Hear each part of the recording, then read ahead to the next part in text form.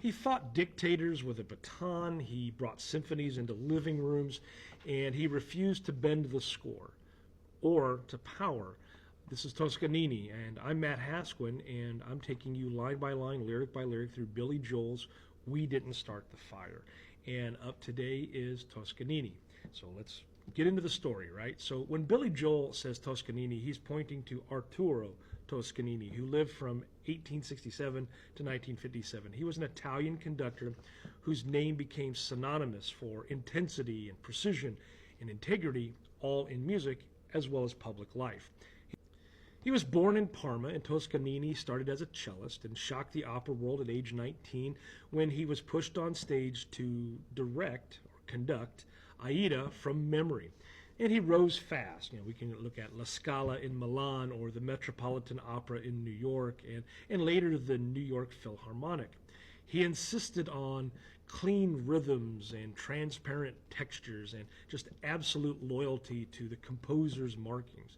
Musicians talked about his near photographic memory and also rehearsals that drilled every entrance and balance until a score felt inevitable. Now, he also shaped what we hear.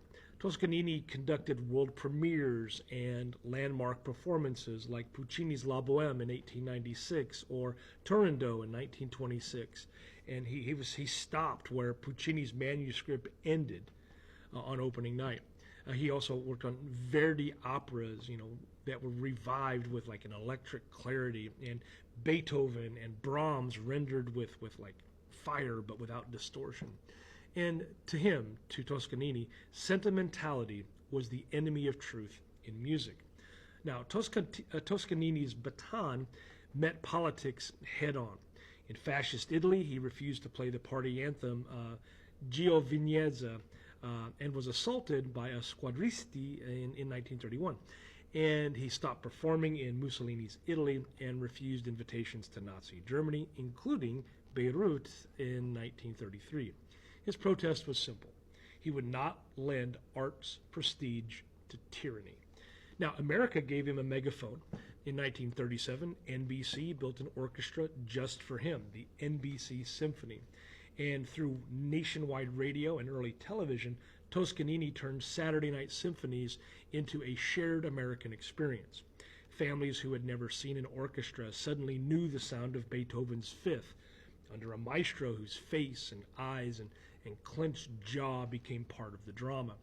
He returned to a liberated Italy in 1946 to reopen La Scala, starting with the Italian national anthem and Verdi's Va Pensiero. Now, this was a chorus that was long associated with freedom. In the United States, he continued broadcasting into his late 80s. After a memory slip during a 1954 live performance, he retired quietly, and he died in New York in 1957. Now, let's tie this back to the song, right?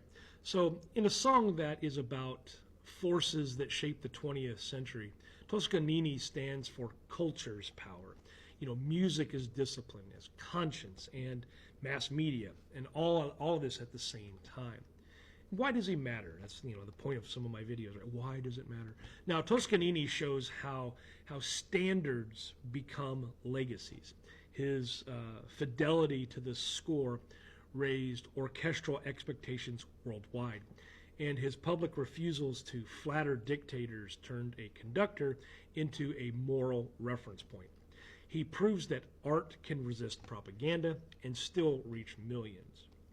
So that's Toscanini here in We Didn't Start the Fire. When I finish the series, maybe if you'd like, I could do a video on the NBC Symphony, or broaden the story on his showdown with fascism. And I'm just going to keep rolling on with the lyrics for right now. So next up after Toscanini, we're going to Dacron, and we'll end the line with that. Thank you for watching.